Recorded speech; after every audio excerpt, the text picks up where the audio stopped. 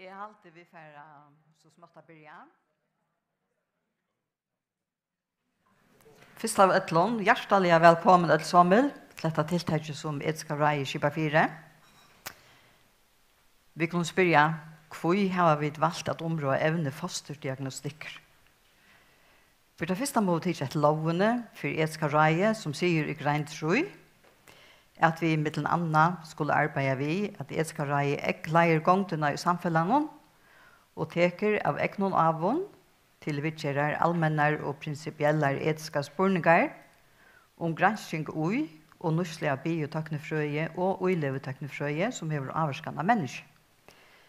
Og i vimmerskingen til hesa grein stender mittel anna at etiska reie som dømi og helseøkenen kan teka opp granskingar verskatlaner ved budjande nøringartakner, fosterdiagnostikk, etla bruk av gittnon menneskeekkon, fosteranleggene og fosteren. Så her har vi så grunderleie 4000 dag og alt. Og i arbeidet at gjør jeg hver evne vi skulle arbeide vi, har vi valgt hovaråk og sette fostertøyke og fosterdiagnostikk av skrona. Vi tar så gjerne avmarska evne til at ha fokus på fosterdiagnostikk. Tog vi til halda at evne fostertøyke våre vidtjørst av flere allmenne fondon, og skal reie hever som eller i løtene, og ikke legge 30 år av skiften. Det merker ikke at evne fostertøyka ikke av skrånne. Vi venter atter til det settene, men vi tar ikke dagfeste inn. Evne fosterdiagnostikker da ikke vidtjørst allment de seneste årene, og taknelige målegene mennast vid rukande fyr. Hetta eisne et evne som vi kommer flest øtlån borgerne i Fyrjon, og et torsførst og ikke minst vikvænt evne at omrøde og få oss vi. Fosterdiagnostikker og sin held teknikker som vi nytter til å kanna foster i morløyve, for imiske sjuker eller brek, og tilbyr eisne stedfesta, hva kinbatten hever. Og i dag kunne vi eisen si at året eller hodtaket fosterdiagnostikker fevner mer enn bare å kanna foster og morløyve. Så det langt gjørlig å kanna egg fra kvinnene etter gittene, og det eisen gjørlig å kanna uilevene til folket, og urslytet kan være parster av omhoksene om kommande bandspor. Og fråe kommer inn og heter her evne settene. Men når det så blivit gjørligt å gjøre fosterdiagnostikk? Og i Danmark var det første fostervattnskanningene gjort der i 1970, og i 1978 fikk alle kvinner eldre enn 35 år i Bøye å gjøre fostervannskanning. Støven tann at det her var mulig å få vite om fosteret har kromosomfravik for Down-syndrom, og at alderen til kvinnerne har haft tøytning. Nå kjenner forskjellen løtes hormonkanninger av træt, som kunne avdukke som støve, og så gjerne det oppe til flere kanninger tøker til å mete om fosteret mulig har brøytinger eller sjuker. Og i 2016 kom senest tabelleggen fra danske helsehistorien om fosterdiagnostikk, og her vil Down-syndrom for første fer ikke nevnt som endamål ved kanningene. I Fyrjon blir laknene først i 1940 å kanna ved fostervannskanning, men best om særlig årsaker til tess, og ikke som tilbud til alle kvinner. Så gjerne vil kanna ved ultraljóe, men atter her etter tørve. Så vi tar over sin rettene. Men det som avverst i det spørningen hvordan støvene i Fyrjon, og hva så endamål ved fosterdiagnostikk. Endamålet sambart helsestorien at kanna fostre for kvinnan eller foreldrene kunne teka en støve ut fra så opplystende grunderlei som gjørligt. Og kommer nær inn og kjølt evne fosterdiagnostikker. Hitt har vi nær etter hodteitsen om opplyst grunderlei. Så retteren til opplyst grunderlei stedfester i Sunnhetslovene, kapittel 5. Rattren til at taka mot kunning, etla at leta vera, grundaver i sjálvsavgjera ratten. I dagsins etikje og løgfrøye fætanen tann, at sjálvsavgjera rattren til borgaren en megin regla. Borgarar hava til dømes ratt til kunning om sine egne helsestøve og diagnose, og om vieskifte som snikva seg om teg og tarra livsstøve. Om en borgare skal være føre for å ta sjølvstått vel, imot til sine helsestøve, tar treiden tann at han har finnet så objektiva og gode kunning som gjørligt. Greit skal være fra om det imiske møvleggene for kanningen, og positive og negative avleggene som kunne standast av sjølven velen. Det somleis parter av kliniske og etiske virusmetanene at meta om førleggene til borgerne. I samrøv vi borgeren ber til å meta om han mentalt før for å skilje noen ekv av kundingene, så han før for å ta et vel, som grunta av heldarkunning. Særlig skyndestøves tildømes angst eller depresjon, kunne avvirke hans førlegger at ta kjølstøver avgjører. Tilber å sige, eller at halta, at det skylden til helsestadsfolket at gjøre borgerne alle ta vitan de selv vil hava. Om vitan vil hilden atter, kan avleggingen være at borgeren misser anlitet av helsestadsfolkene, omframt en vissa muligheten å avvirke til egne støve. Men da vi datter til fosterdiagnostikken, som tar uttøtslige kanningene, så det områdende at trykja seg at kvinnan og pære teker støve til fosterdiagnostikk samsværende tarra virun og hukkbore. Det eisne områdende at leggja mest til om kvinnan og etla pære har tidsi at sjølvstått vel. Etla om velir avvirka av en trust til utanfra. Dømi om trust kunne være tilrøyngar fra helsestadsfolket, avværende etla samfellan. Hese kunne høtta okkar autonomi, og hetta eira vera fyrirbyrst. Ta skal leggja seg træt, at vi ødel liva under taimon treiton, at vi tenkt at hver nøron, og at hetta ikkje alltid merker at vi kunne sette jauna merker i middelen at gjøre neger, vi atlite at øron, og ta at gjøre sjølvstått vel. Auto jeg vet ikke alltid så med sinnestøve, men okkar autonomi treit av aldre og omstøven annars, to verst å leggja til merkest at menneska vire og integriteter konstant. Ta det snur som fosterdiagnostikk, så det lakne som har oppgavene å kunne kvinna i disse støvene, og Dansk Selskap for Allmenn Medisin løser det så vel og viser til filosofen Aristoteles, som einafer skal ha sagt at okkara univers hever tver verer. Eina himmelska ver av obrøydelig og regleseme og tryggare vitan, eina ørstkimlava ver av brøydingon og åtryggleika. Det hesa på vernar som skulle sammenast, ta og gravida kvinnan skal kunnast om prenatale tilbøyne. Gravida kvinnan støtt i himmelske verene og ønsker å få trygga vitan. Og laknen en ver fyllt vi nekk von møveleikon og kan bjøva våa metingar og her vi møvelige og tryggleika.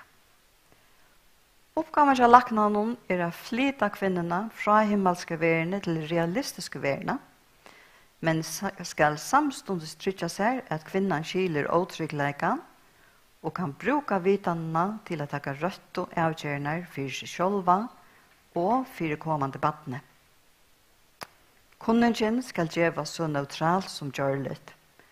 Hukkboren til laknanen skal ikke komme til skjøntar i kunningene, men her snur det seg om å greie fra hver tilbøyene og hver møleggene og hva ikke blir til å kan. Laknen skal røyne hjelpe kvinnene å skilje tilbøyene og avleggene av dem. Vi sier at fosterdiagnostikker og kanningar iverhøver er et tilbå, og ikke tvingsel. Men man kan spørre, hva er det fæt på den måten?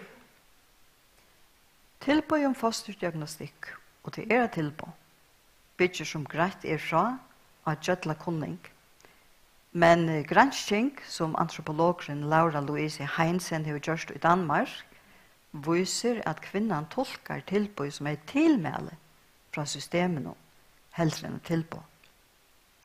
Nyerstående til henne er at det er nøyt å gjøre seg greit, at det gjøres meira fløkt og tår greit for helsestarsfolk, at gjøre nøktande kunning om fosterdiagnostikk, jo flere kanningar er tøkar, og samstånds tar for å kvinner og pæren at velja først de skulle takke ja til en fosterkanning, eller ikke. Vi tar ikke kanning ur førju, at vi sa, her som vi kjente, men ønsken årsøk er til at halda at vi er i annerledes her, altså at førskar kvinner eisne fætta tilbøy som tilmæler fra systemet nå, og hetta kan avska støvtakannina til å velge at vita, eller å velge vitan fra. At enda så leter hetta opp for spørningen om hva gjør mening av vita, og hva gjør mening ikke av vita. Takk for det. Og så får jeg ikke være året vujer til Olve Zakariasen, som er årstøyrere. Just right.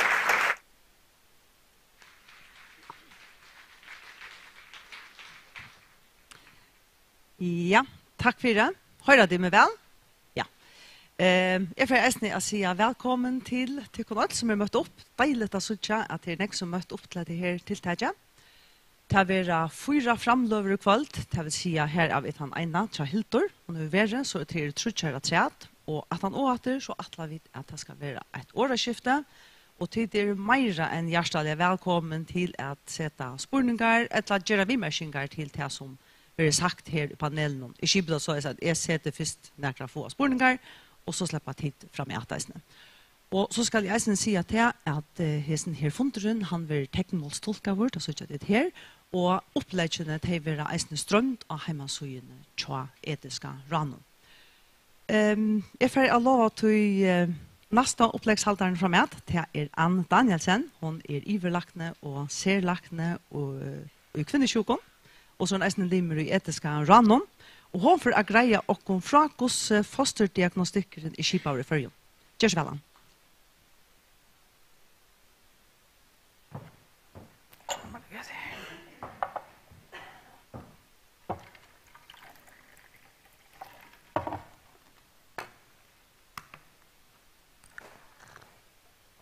Ja, takk for det.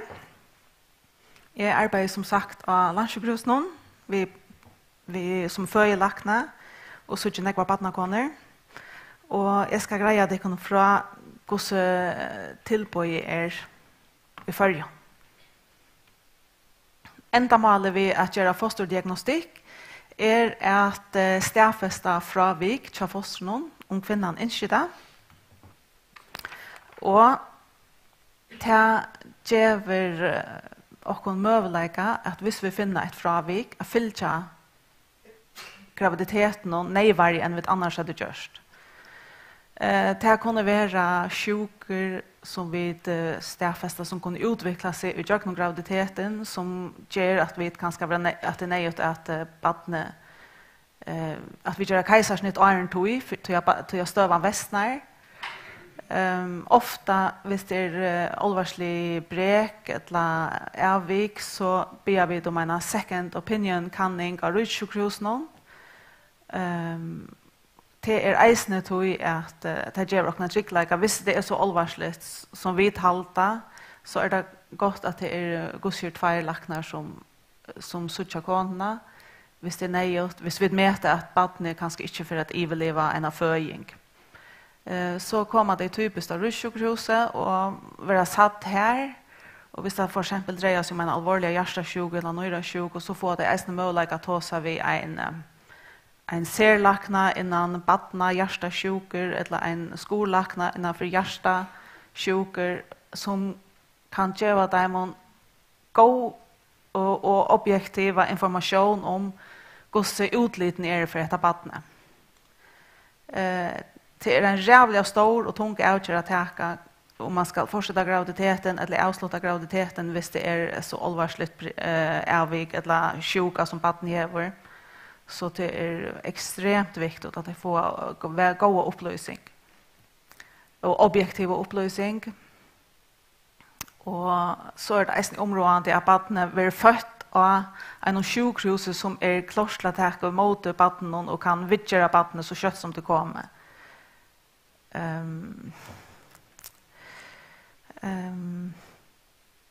Det er som Hildur Eisen sier, det krever at vi opplyser objektiv om utlitt, og så må konan eller pære selv takke avgjør om hva de bestemmer seg å gjøre. Det skal ikke være noe trusht utifra, fra okkara søya eller fra nekker ærers søya, og vi skulle stola pæren eller kvinnerne oansett hva for vel hun teker. Om det er et avbrott av graviditeten, så er vi her og hjelper henne ved tog, og innskjer hun at holde av frem, så får hun atlantan stolen hun skal ha til det. Mannagångten til en kvinne gjørs ved baden er at hun får til sin kommunlakna, og kommunlaknen gjør så en meting og en voa meting, en risikometing av graviditeten, og det er bare vi at om kvinnan teker omkring heileva som kanskje skal brøytas til det farligt for fostre, eller hun har et arbeid som gjør at hun er utsett for farlig kemisk evne, så skal hun skifte arbeidet. Eller hvis det er arvelige sjuker i familiene, eller hun har 8 barn åren vi arvelige sjuker, så skal ta alt framgånga og i avvisningene som er kjent til åkken av landssjukhusene.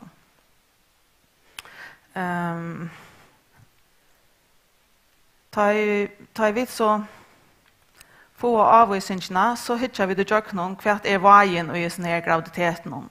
Og til åkken er det så leis i førjen, at hvis du er en frusk badnakona som ikke er feilet nækka og ikke nækka arvelige sjuker, og du er yngre enn 35 år, så først du tilpå om en ultraljósskanning til du er til viko 18-20. Og grunden til at det er en 20. viko, det er at hvis man finner et eller annet fravik, alvarsligt fravik, så har man mulighet for at avbråda graviditeten er en viko 22. I samband med en sånn vanlig skanning så hikker man etter hvor lenge man er kommet, man avsetter termin, man hikker hver etterboren er, og man gjør en organskanning, så merker man hikker alle organene, og armer og bein, og høtt, og hjerte, og lunger, og tarmer, og nøyrer, og alt det gjør noe. Og som Hildur Eisen sier, så begynner man ved ultraljósskanning, og jeg har ikke fortsatt noen, og da sa man kanskje om det var 1 eller 2 bød. Og nu sars det jo nästan allt. Og de som har vært til 4 det, så er det man ser mindre av baden, som er nästan som ordentligt mindre.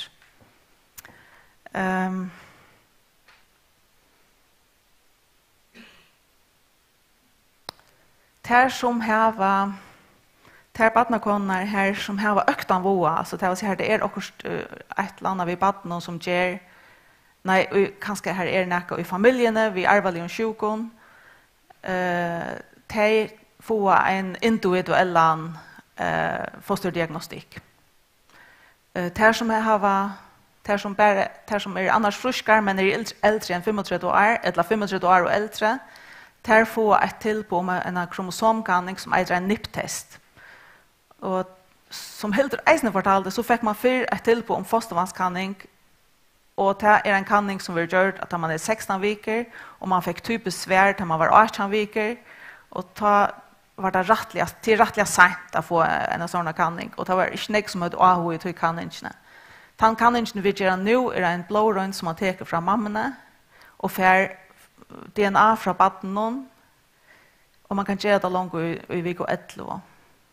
Så det er en helt annen kanning, og hun er ånka. Det er ikke noe risiko for at man aborterer eller noe, som det er ved innom kanning. Det er så til koner som bare er eldre enn 35 år. Så kan det være alvorlige, deilige sjuker til en fostron som en familie kan skrive 8 baden vi är sjuk och här barnet lever i några månader och så dör det och till en stor risiko för att de får så barn åter. Då kan man faktiskt göra det som heter preimplantations-diagnostik här man får ägg från mammorna och befruktar ägget vid svajen och pappan och så delar ägget sin några fer och så kan man ta DNA ut och sortera det sjuka från den friska och så sätta det friska ägget upp. Så är så man vid garanti inte för ett sjukt barn. Men det är bara vi helt allvarlig och sjuk som har det stor risiko för att det händer att vi bjöar till. Annars, hvis det er i arvaliga sjukere familjen, eller her det ikke er stor risiko, så gjør man typiskt moderkøk og prøva, eller fostervannsprøva.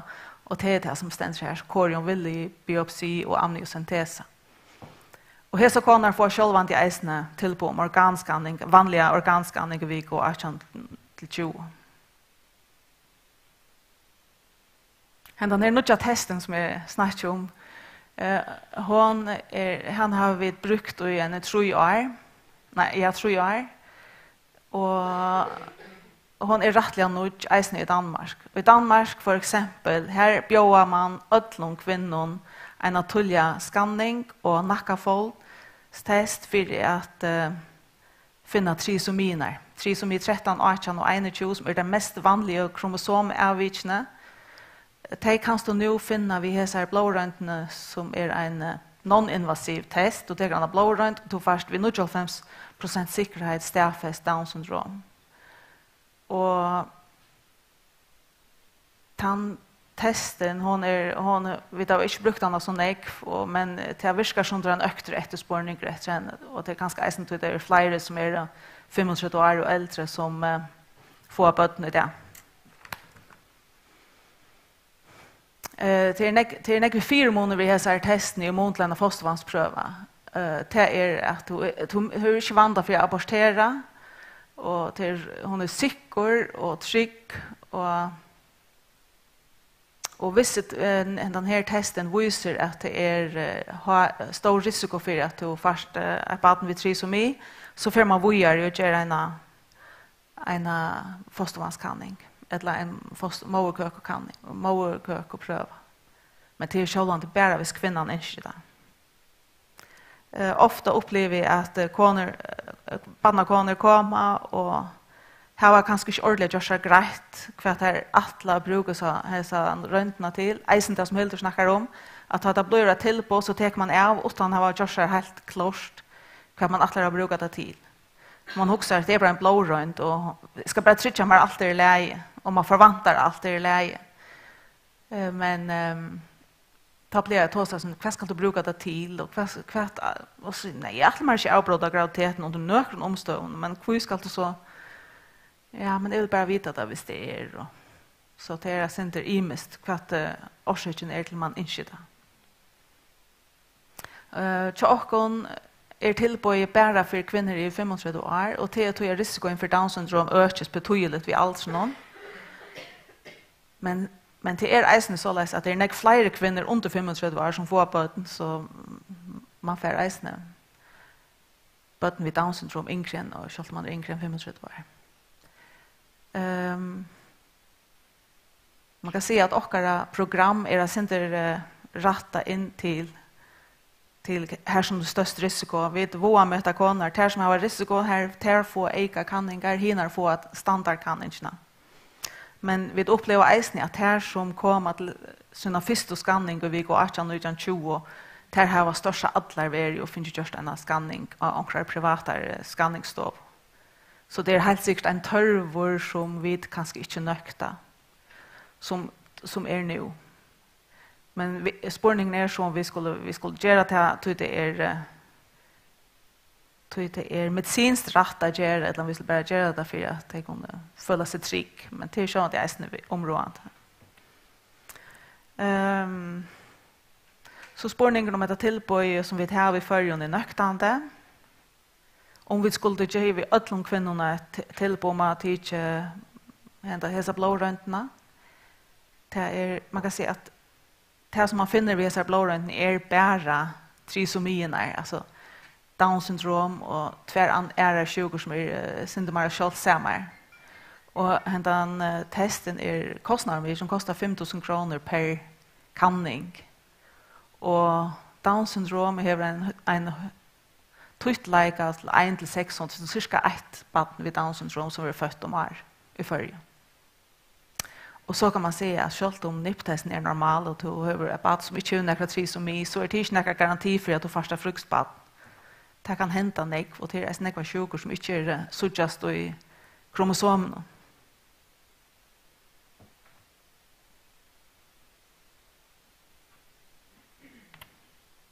Tack för det.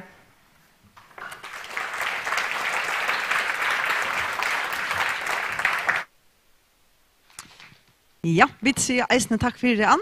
Det var avhåverst. Så skulle vi høre om genetiska screening av arvelige sjukon i Førjun, og det Frode Johansen, han iverlagtning av badnadeltene, han kommer greia fra. Kjør så vel. Det tentra? Ja, nå det tentra. Og kveld, vil bare lykke bygge ved å si at som den eneste panellottakeren kveld, så det ikke limere etiske ranen, men på en vis som rører. Så det er glad for det, og ja, jeg vil interessere hvis det evnen å gjøre lenge tog, og at det 2006 faktisk, så skal jeg vite at alle ser man Ulrike Støyvalds og mest for det, og Paul Veie, Ottmar Ferre, og hver vidt man alltid til at man får hitje mer etter å gjøre genetiske screening i Førjun. Bakgrunden for det at jeg begynner at det 2000 som iverlagt av sjukhusen. Og nok så kjøtt så møter man her at i Førjun har vi ikke så nekva forskjellige arvelige sjuker som man har i Danmark til dømes, men det som man har at nekra sjuker ganger atter, og det sjukene nek vanligere enn det stedene. Og det en særlig støva som kommer av at vi jo mer i familie vi kan annan vi ikke som folk, og tog risikoen for å få at det sjukene større enn stedene. Det gjør så en møleikar som øves i mån til at kanna vi genkanning gong, tog vi lykker som kjenner nøkre gener som øyelig vanlige, og som vi tog har større chans at finne en ut i store verk hva man skal kanna for øyelig nek forskjellige gener ofte for å få som effekt.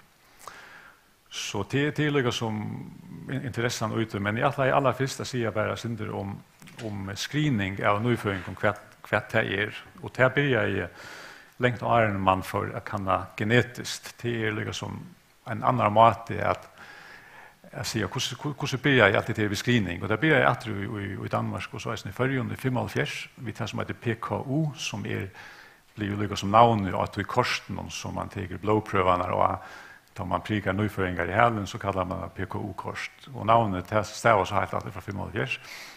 Sjuka man testar for eiter fenylketonuri, og det gonger ut på at man leitar etter en sjuke som faktisk ideell til å skrina for det. Det som man vid hessa sjukene feilar at man manglar et enzym som man ikke klarer å omsette en bestemt aminosyre som heter fenylalanin.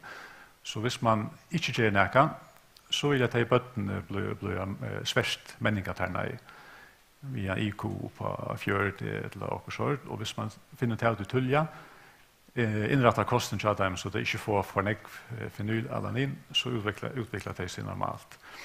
Så då kan man säga att det en sjuka hver det bara positiv ting att säga hvis man finner det tulja.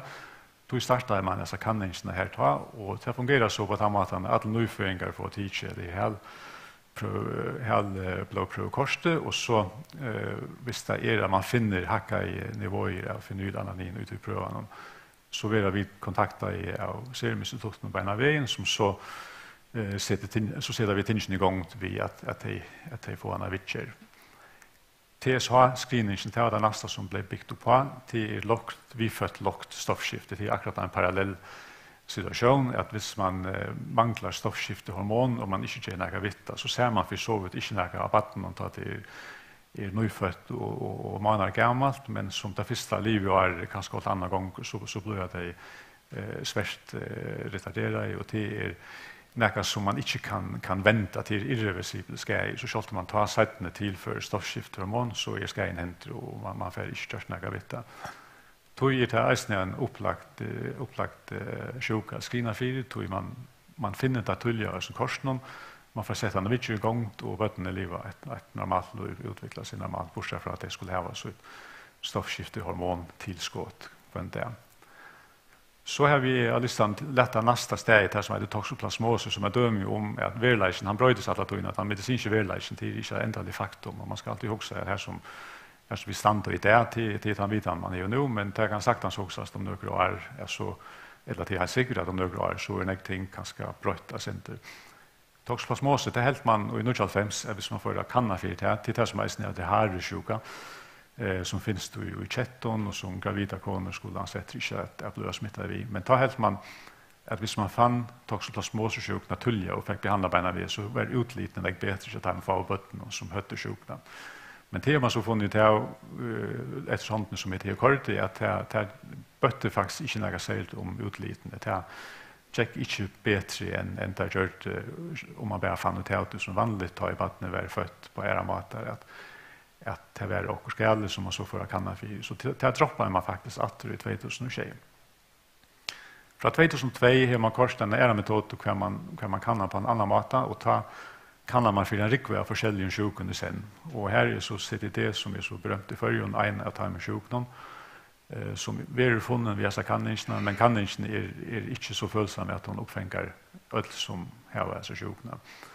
Men kan inte finna så ästna imiska ära sjuker som dukkar upp först. Och det sista av screeningene är så i 16, nog så nyliga, kan man få kanna för cystisk fibros till helt inte en genetisk screening till att man matar ett stoff i bloden och så visst det är i brott så gör man genetiska kanningar av det.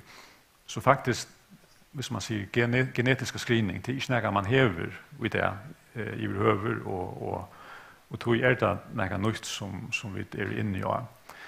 Men det är liksom kanningar på den vanliga gamla maten. Det som vi så tar vi så i bötterna som feilar några sjukor som man inte ordentligt inte vill vissa eller ganska slett inte kan finna på era matar. Att här kan man finna det hvis man gör en genetiska kanning.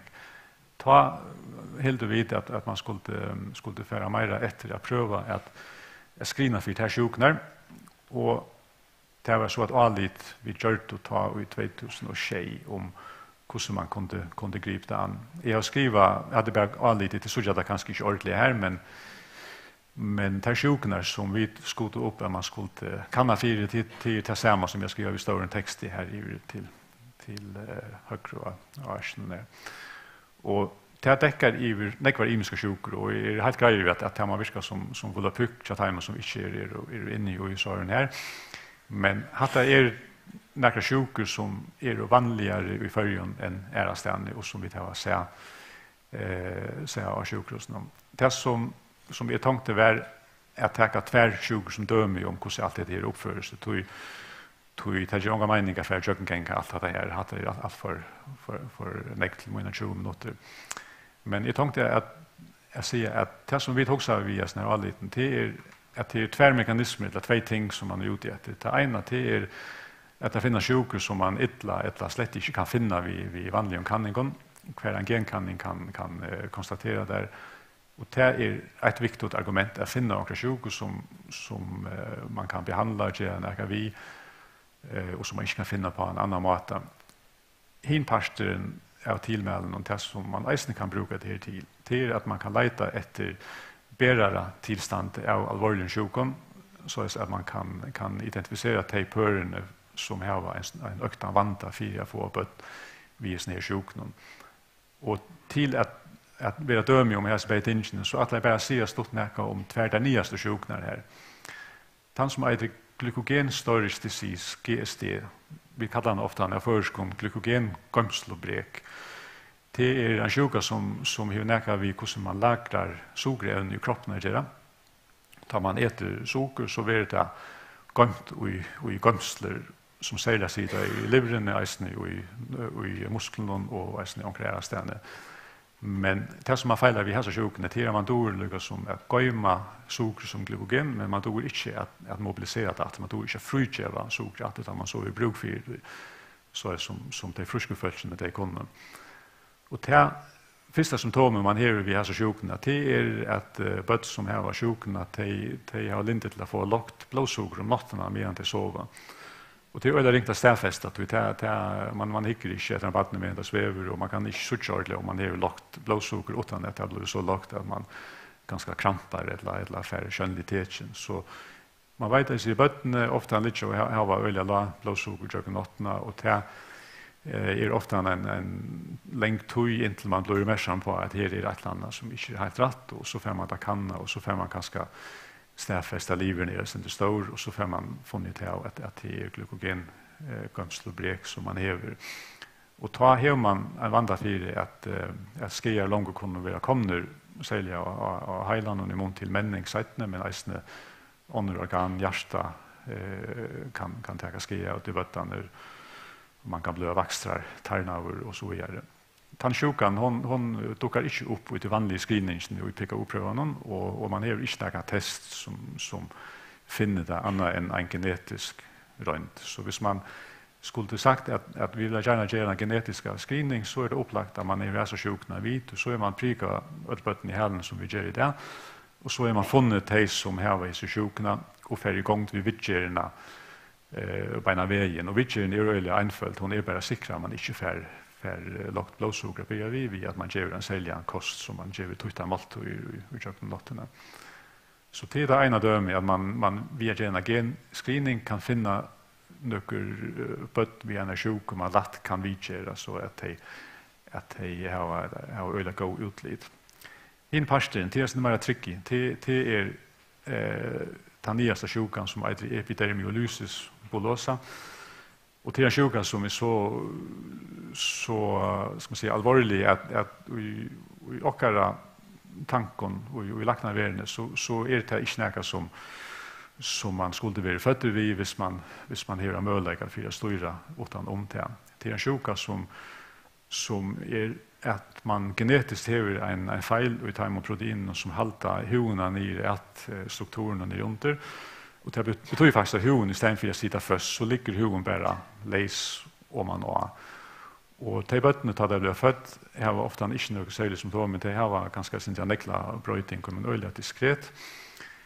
I fosterlöven tar ligger man i fostervatten och huvuden är så väl värd belastningen och huvuden är fördelt så jämnt så här händer inte snäcka.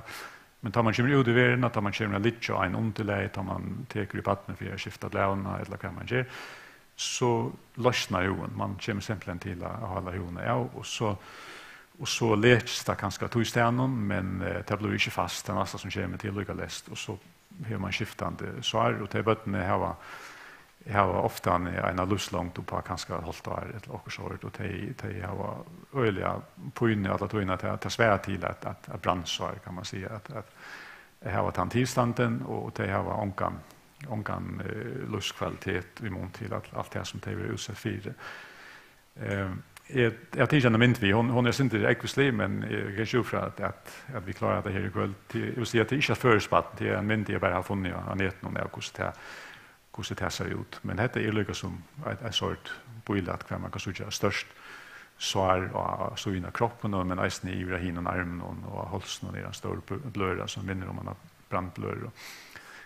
Handarsjukan finns i färgen mycket vanligare än ärastänne och vi har haft en trupad som är minst på i ser 9 januari och hvis man räknar frekvensen ut så är det omlai 1 kvar 15 år och sån här. Och det är klart som anser att hvis man vet att man finns en sorpat så vet man att risken för endertök är 25% och så vill man köra ölen ägg för att hjälpa den föräldern till att det inte händer ena för att säga. Men hvis man har en genetiska screening kvar man kunde identifiera de pörerna som var bärare och sån här så har man faktiskt kunnat bjuda en vidge så man helt omcheck att få isubötterna sett i världen till alla talojing som de skulle i köknen. Så det är lika som tejbej ändamål när man kan säga. Och så har vi som vi säger när tänker brötas alla tojna så gärna att all lite blir görs så det faktiskt kommer fler sjuka att rätt. Hade här tvära åste till några sjuka som avviska heilan så är det att man ganska att man är nöklunda vanliga utvecklare hur så börjar vi och så långt innan 4,5 år så börjar det gänga galt man får krampar man männs inte och man dör tulja och att heilen inte fungerar hvis man kan säga det.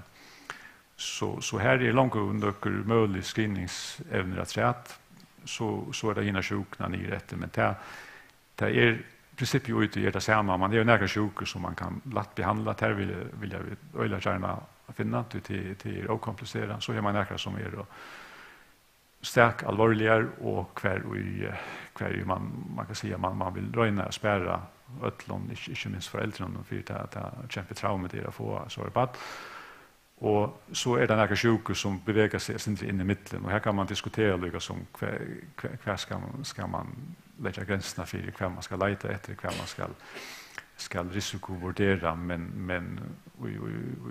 menar vi så är det upp till föräldrarna mest att det kan avgöra om det och inte lacknarna egentligen som skulle säga om det är rätt eller skavt att välja att få att vi cystisk fibros kanske hvis man tänker det som döme då kan man switcha det på några matar och värdera på några imiska matar. Så jag alltid att ända här för först och så vill det höra att sätta några spårningar ihop till att komma vi ordentliga nekvan. Det kan gå om spårningen. Bara säga på förhand att det inte alls vill lycka nämnta svär på och slett inte hvis man också om vad det är etiskt rätt eller så är det. Det är sådana några ting som upplökt är rött eller skriv och där kan man gott säga samhället kan regulera att man kan inte färra att välja folk från som har en avvisan har lite eller så är det här men alltså det är öliga nekva aspekter av det och öliga nekva grader av det och där kan man gott diskutera från barn så igen. Ja, tack för det.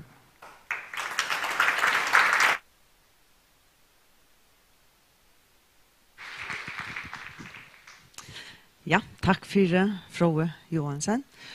Och så skulle vi nämligen till dessa här etiska dilemma i nästan. Vad är det för etiska tvåstöver som kunde standas av fosterdiagnostiken? Och detta för Jekvan D. Hansen. Han kommer här. Han underviser i hemspeke av Cetronon, därför han är att greja närifrån. Och Jekvan han är äsne limer i etiska ranen. Gör så väl, Jekvan.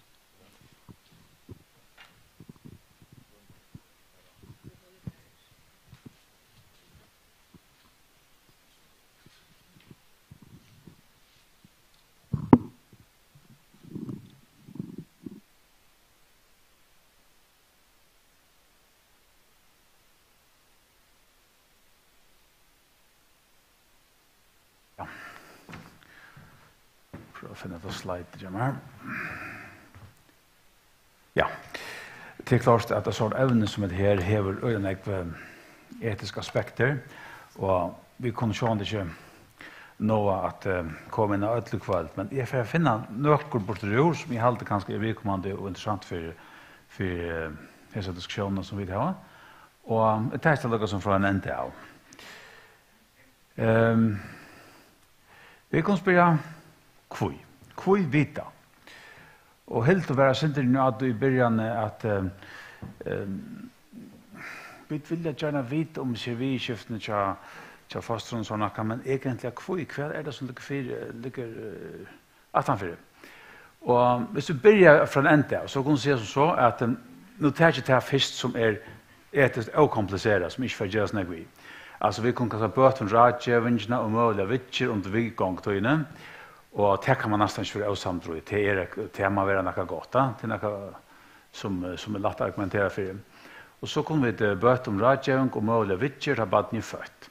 Och det är östen ringt att finna några goda argument i mötetog. Och så har vi sett som ett tredje punkt här. Vanligt förvittne. Föräldrarna till bara vilja veta vad kinbaden hever hos horndinga. Hatta ger ikke mer vidt, jeg alltid hatta er rymlig å komplisere. Men så kommer det som det var gjøre.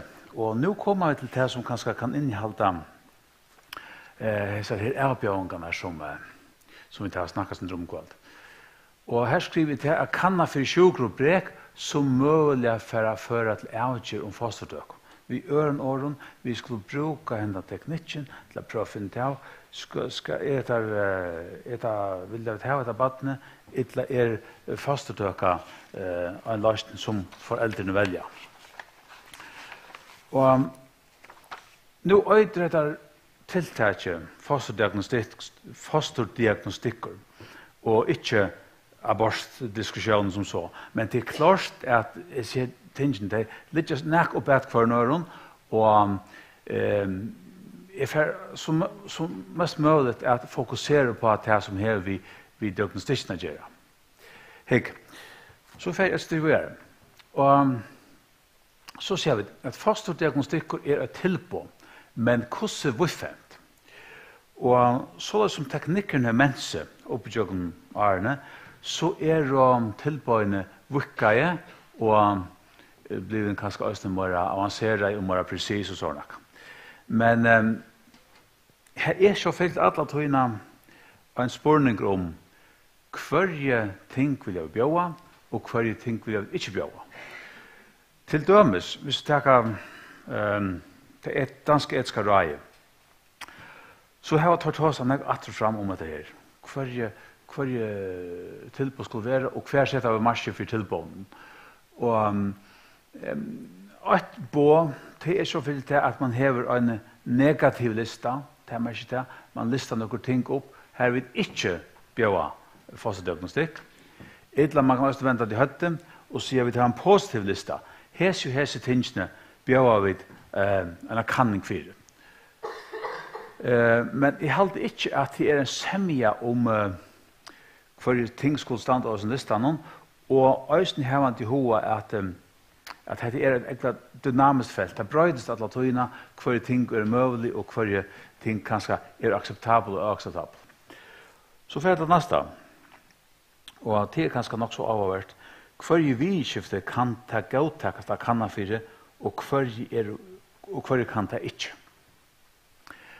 Og det kanskje lettast å løse det vi at hitje på hver ting vi halda nu sier vi fyrvarene, oakseptabelt at hitje på. Til dømes, nu fyrir halt med at det er danske etiske røy, det er det som vi kanskje har mest kunnlaga til. Jeg må si akkurat som jeg har ikke hukt etter ymsestand ut i verden. Jeg har mest hukt etter to tilfæren som man hever i Skandinavien. Og her det nok så bra semmi om det at Kina, det ikke nækka som man lukka som bare åttan vujer skal ha svære på. Det ikke relevant av medisinsk grunden. Til så, her et undantak, og det ta og i at hvis det en sjuka som kinspåren, som knyttet til øren kinen, ja, men så det relevant, men annars ikke. Hva det? Hva skal man ikke tjekke for kin? Jo, her det jo at det her vi at, ja, men det leter opp for en seleksjon. En seleksjon, det er til at vi kunne bare si som så, nu har vi trutja jenter fram og undan, jeg tror ikke at det fjøra baden kommer skal være en jenta, jeg vil ha en drong, så sier jeg at hvis han viser seg at det er en jenta, ja, men så sorterer jeg derfra. Det meter man ikke et akseptabelt kriterium. Men det er ikke så veldig til at det kriterier høyt støyen. Det kan brøydast. Andre ting som man viser av som ikke hva skal man si, vidkommande, ikke akseptabel, det er sånne som intelligenser. Altså, du skal som forelder ikke ha krav på å få gjort en kanning som viser sannsynlighetene for en intelligensnivå. Og nå skulle vi ikke fullt minnes til at dette altså ikke noe som høyt til støyen, men vi kunne kanskje få en avbending om til dømes alt etter som tøknen menneskt hver løy dette her baden kommer å flåta. Vi ørenåren så har man avgjørst til dømes danske etiske røye at dette ikke noe som vi vil bjøve foreldren en kanning for. Og sånne ting som mer fysiske ting, som hatt og kroppsbyggnad og sånt. Det er ikke relevant. Men, det er kanskje nok så skillet godt og kanskje halda vilt sympatisk på en eller annen måte. Men her kommer så selvfølgelig en spørninger som kanskje ikke så lett å finne av. Hver det som skilmarskar og hver en grundaleg? Altså, hver det som bestemmer hva vi skulle kanna fyrir og hva vi skulle ikke kanna fyrir. Og det så fyllt litt, vil jeg si, hvis vi maler til brøya penselen, at det på en eller annen måte den huggboren som i samfunnet. Men hver skal det som utkrystallisere han og si hva vi nå? Og ikke minst av hver en grundaleg. Og jeg skal komme til dette om en liten løte, men her kommer ikke å fylle menneskesøyne inn i myndene. Altså, da jeg sier av hver en grundaleg, ja. Og det er ikke å fylle en standard debatt om at hva skal være, hva galtande og hva hva skal man si, uakseptabelt. Det har sagt på en annen måte, hver vidkommende. Og man kan si som så, at en demokrati, så det på en eller annen måte, i sørste enda, en politisk avgjør, hver ting vi gjør, og hver ting vi ikke lever. Altså lovgavvalg, ja. Men lovgavvalg, det vil jo typisk ekspedere disse målene til et etisk råd, et eller lukkende, som skal komme vi mellom. Og hva skulle vi til dømes i førjen, hvis det skulle bli aktuelt for oss? Hver vi mellom skulle vi komme vi? Hva argumenter skulle vi ha? Hva til dømes til at vi takker dømes som kanskje er løsende ekstremt, men dette har vi intelligensen om. Hva til at overkommende er litt? Hva det som ligger utenfor det? Jeg vil si som så at her fetter utenfor det som vi vil bjøre. Tror jeg at satt for henne søgene, så kom du sagt som så at det er sannsynlig at intelligent baden fer et bedre gasering hva det enn et bedre og lattere liv enn et baden som vi vil kalla for tallåta. Det er kanskje nek om det, at det er faktum. Men så skulle argumentere for hvor det ikke et vidkommende, hva skal man si, fyrirbrygde som vi vil kanna fyrir. Jo, det honker omkringsvekna sammen vi akkurat menneskefætan, at menneskevire honker ikke avhengt av akkurat intelligenskvotiente, eller om det er høyda, la, eller tjukkla, bra, eller men av noen øren, spørsmålet hver en øren. Ja, hver en øren. Fint. Hekka, så får jeg styr å gjøre. Og nå kallar jag det för några avbjörningar. Jag vet inte, jag kallar det vilt. Jag kallar bara några avbjörningar, eller några vad ska man säga, några etiska dilemmaer kunde man kanske sagt. Och nu var det först fram och uppläggen som var framan någonting i allt andra östern att det är alltid kvinnan som ska avgöra det och det är kvinnan som tar stöd till om att ha så kan inte lite.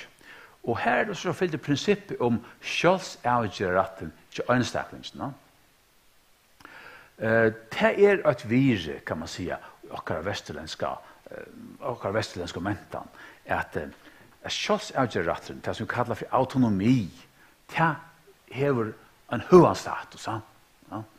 Og det er fyllt ikke noe som alltid har vært, men hvis vi skulle lykke som placerat ångsvettna i søvne, så må vi si at i opplysningatøyene her mennas hese tankene om at ønstaklingen, han skal byggvast til at takas avgjør om sin egen biskifter. Hvis vi skulle nevne en filosof, så er det ikke veldig Kant. Kant snakker om at man skal ha dirve til å bruke egen vidoskil. Men det er funnet vi tog at vi har sjølvsavgjørret. Men han av marskaver, eller han innanfyrir, hva skal vi si, nekka karmar, og i så fall, så skal det røyna svære, så må man røyna svære på hver karmar han så innanfyrir. Han neivan fullkomlig av marskaver, sjølvsavgjørret. Og nå litt av et atter oppe at disse diskusjonen om fostertøk og fire møte og hver argumenter kunne være av barn og søgjene. Og så kommer vi til neste. Og det støvann til fosteren. Hvem tøtning hever til? Altså, hvis vi husker om det her at fostre på en eller annen måte hever en eller annan etisk status, så skulle vi til å forklare hvem etisk status hever det, og kvui. Ja?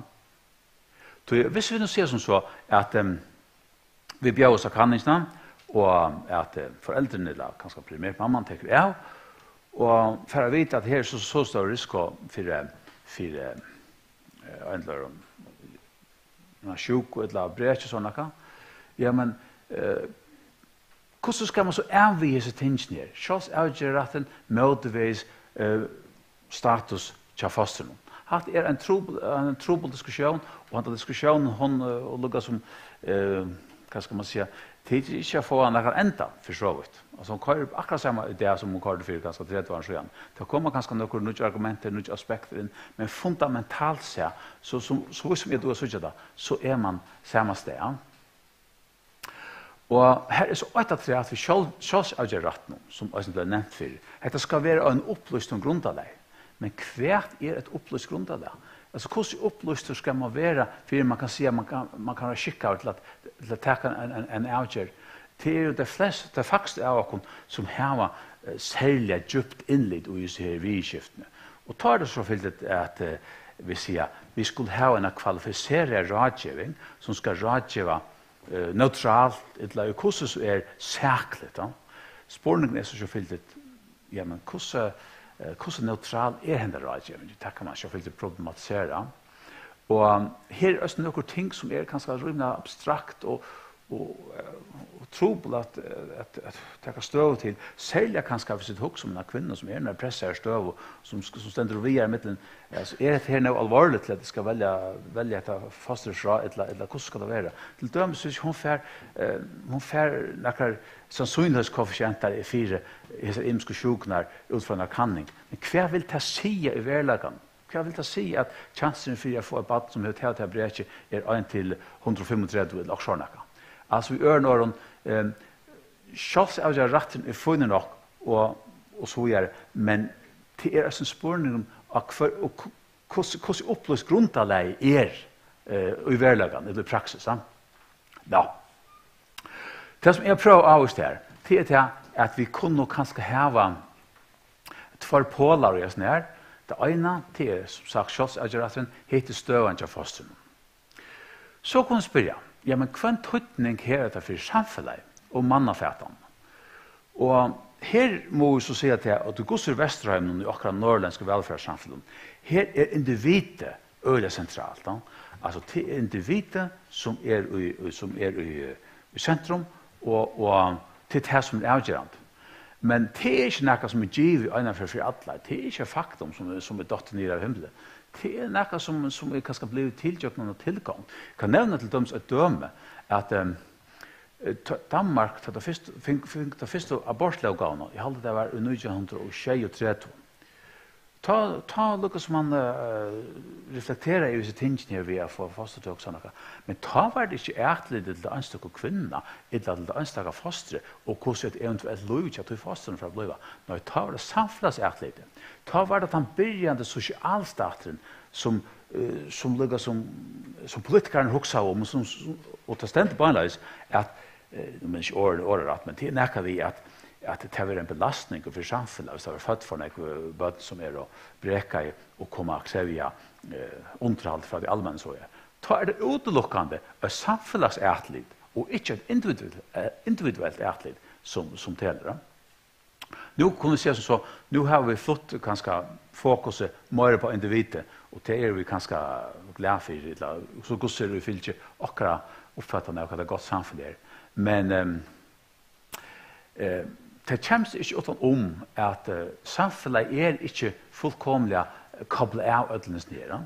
Så hvis vi nå hoksa kanskje mer utilitaristisk, jeg sier ikke vi skulle gjøre det, men jeg sier det kan hoksast, at som vi sier så, ja, men hvordan ser rockenskapene ut? Altså, løser det seg for samfunnet at vi kanskje, hva skal man si, lete, nå ser jeg det på spørsmålen, lete alt for nek, bøten i allvarslig breken komme verden, og så gjør. Et eller annet må si som så, det er irrelevant. Det er ikke her det skal være.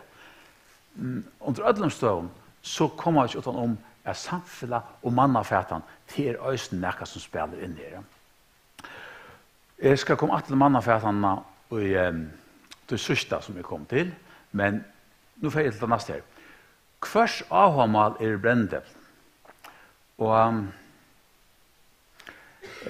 ta jeg skrivet på handamaten, så kan man si som så, hvis vi sier som så, at vi har et foster som mulig har brek, men som løvførst og alt det der, så kan vi spørre, hever til avhåndmål.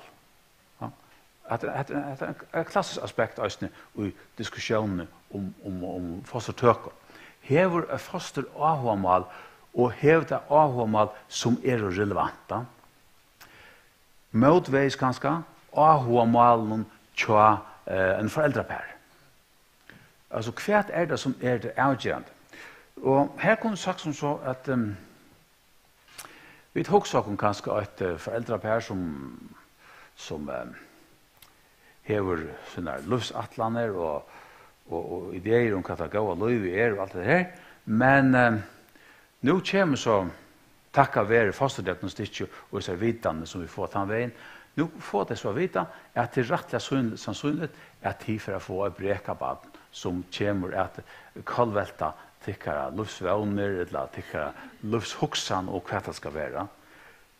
Hva det så ta som vi er mest da? Kan det så hoksast, det kan det sjående, at man sier som så, nei, dette vil jeg ikke tro, at dette for lengt utenfor det som vi hadde hoksa oss om det fullkomna liv. Hva det avhåndmalene tja lukka som er nere suksepæren, for jeg setter det på spørsmål, ikke det avhåndmalene tja fosteren, hvis vi kunne argumentere for det, at fostere hever avhåndmal. Her kan saktans være en konflikt, eller ukossus være noen ausambærlig, eller ausamøynlig interesser. Og til før akkurat så fram til det neste, og som er det sørste punktet som her, til det at vi har en idé om hva det virkelig liv. Og det ikke lagt at argumentere eintøyd for hva det virkelig liv, og spørningen kan være så, ta i standen av konkrete støv, kanskje vi grunnleg i en fosterdiagnostikk, her vi skulle si som så, ja, nå skulle vi takke støv til at alt hele for at dette være vanlig, nå tar ikke bare døm, ja? Vi tog til bretje, være til at det virkelig liv, ja? Og hver skal bestemme til. Være til til at narskast en semje om hva det virkelig liv er, eller må si som så, det fullt ut subjektivt. Kanskje en avsammål. Hvis vi nå tenker på døme, som fråværen jeg her, Jan, ja, det er kanskje ikke lett å få eie av at badene, som vi så oss her mynden her, får et virkelig liv. Det er for et stort liv, det er for et poinefullt liv, og det er for et liv som kanskje vi må si er uten nærkene som helst livskvalitet. Det er så kanskje ut i ekstremen. Men hvis vi får synd langt enn av minimum, som man sier, så kunne huske et bad som ganske hever større avbjørninger sånn akka. Men allikevel føler en større verunar fytlo. Det føler at det opplever at livet hever en fytlo på en eller annen måte. Det så ikke virkelig liv. Og problemet hvis det er at på en eller annen måte, hvis vi sier som så, ja, men at her diagnosene som vi får, og ser fremtid utlyden og alt det her, det skulle være sambærlig ved et virkelig liv. Men ber det til, som vi sier, Johanne, ber det hele tiden til at argumentere for det, eller semjast om nøkelunda, hva det er for nækka, eller er det rent subjektivt. Det er så kanskje en avbjørning og just her, og det er attervendende tjekk-evne og i seg debatten her. Ja. Jeg skal så rundt og vi at prøve å skissere hver menneskefætene som er nevnt her, og oppe i teksten her. Menneskefætene. Og vi kan se som så at en menneskefætene, det er til at vi skulle røyne at livet et så fullkommet liv og så rukt liv som gjør litt, og hatt i røyne banaliteter, tykker øyren til å vite vel. Men allikevel, så må vi si som så at tan fætane som vi lever etter, eller hoksa om i en moderna velfärdsstat, onkusvegna til at vi skulle hava nekkar livsmøvelikar og nekkar livsperspektiver. Ja. Og her halte jeg det, skal ikke trøtte det kom filosofi så, men her halte jeg det ganske nok så interessant at hitte på hva Aristoteles snakker om. Nå nevnte Hildur Aristoteles i begynnelsen, ja. Aristoteles, han hever jo en idé om dette her, altså, ikke om fosterdiagnostikk, men om det gåa løyve. Det gåa løyve, det lukta løyve. Hva det? Jo, det simpelt enn det løyve, her til i størst møvelig mån kan utfolde dine potentialer. Lett å kunne si at det kanskje ikke så helt besøyende, ja. Så kan du spørre, ja, et fjellbrekka bad, i hva mån kan det utfolde sine potentialer? Det er så en god spørninger. Det de potentialene som det ville haft hvis det var noenlunde normalt, eller det de potentialene som det hever uverande støv, som et brekka, eller et bad som ber brekka? Det mye vidkommende å spørre om. Man kunne også sagt at at her en sånn lukka som en sånn, hva skal man si, en sånn optimeringstankegang. Her det lukka som snurr om å få som mest på jord og lukka som ångsvegna bliva tilnæk og så gjør. Man kunne kanskje også valgt en annan vinkel. Og det er det som jeg kunne kalla for kanskje den existentialistiska vinkelen. Nu det ikke nekka øyntuit fenomen, men hvis vi ser som så, at sender fyra kanta, at en externalister, han ville sagt som så, ja, men det snur seg for så slett ikke om hverjon møvelagon du fødder vi, eller ikke fødder vi, eller hverjon viffere du møter verden vi. Det som det snur seg om, det hvordan du fyrir heldet det til disse møvelagene. Så det kunne være et argument for at fjellbrekkabad, hvis det på en eller annen måte kan forholde seg, hva skal man si, på en eller annen måte konstruktivt, eller på en eller annen måte positivt, til sånne avmarska møvelager, så vil det til løyve være fullt så godt som løyve ikke en som fra naturnarhånd kan skal være nekk bedre fyrir. Problemet var ikke å fylle til å finne ut av da vi skulle ta støvet til disse tingene her. Ja, men hver luftsjøen skulle vi lukke som hettlakken oppe at hver luftsjøen skal være, hva skal man si, leietraveren da vi tar støvet til disse tingene her. Og det stod at lenge, det nok til at det utrolig trobult å finne noe som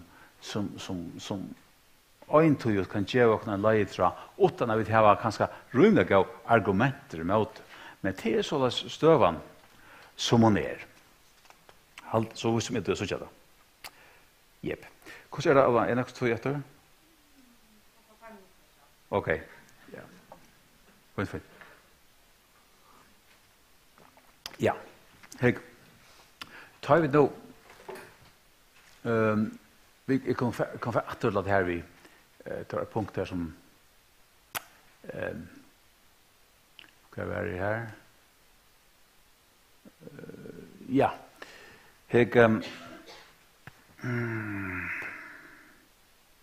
Ja, jo, nå minst det. Det er det her vi at vi skulle på en eller annen måte semjast om en normativitet fire hva vi skulle leve kanningar fire, og hva vi ikke skulle leve kanningar fire. Og så sier som så, så ble det sagt at kjøsavgjørretteren er helt fundamentaler. Samståndes så kunne det ikke så bort fra at det er jo et tilbud som samfunnet som en EU-kjøper øynt bjøver. Så er det spørningen, hvordan finner vi fram til nekrar hva skal man si, EU-kjøper retningslinjer, ikke nødvendigvis nekrar endelige retningslinjer, til at det her flyder ikke alle togene, og som det også ble nevnt, så kommer alle togene nødt til på, og det kommer alle togene nødt til avbjørnger blir ett av de nya tillbaka. Nu lever vi i en demokrati och det är de flesta av oss nog därför. Och här halt är man måste säga som så att vi må halda oss till att här var en demokratisk debatt här och vi alla tøyna prøv hitje på argumenten för och emot. Och hade det var rumla banalt men jag har alltså snacka bättre på det. Och kanske kunde vi huxa sindri banen til Habermas da han tåsar om det herredømsfrie diskusjonen. Den herredømsfrie diskusjonen hon ekkjent vi. Punkt 8 at det er utlokkande tunne argumenter som telja og ikke tunne sosiale eller økonomiske eller etniske støv eller sånne. Punkt 2 er at du aksepterer at det beste argumentet vinner.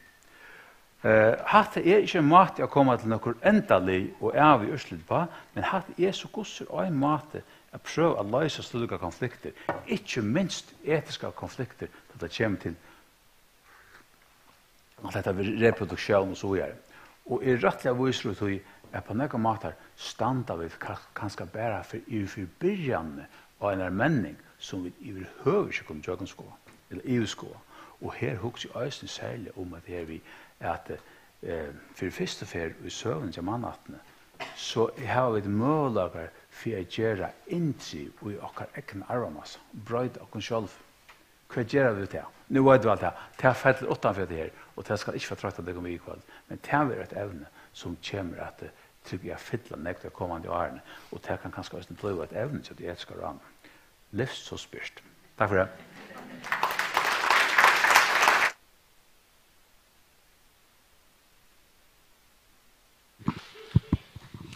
Ja, stora tack för det, Ekvan. Sera och värst.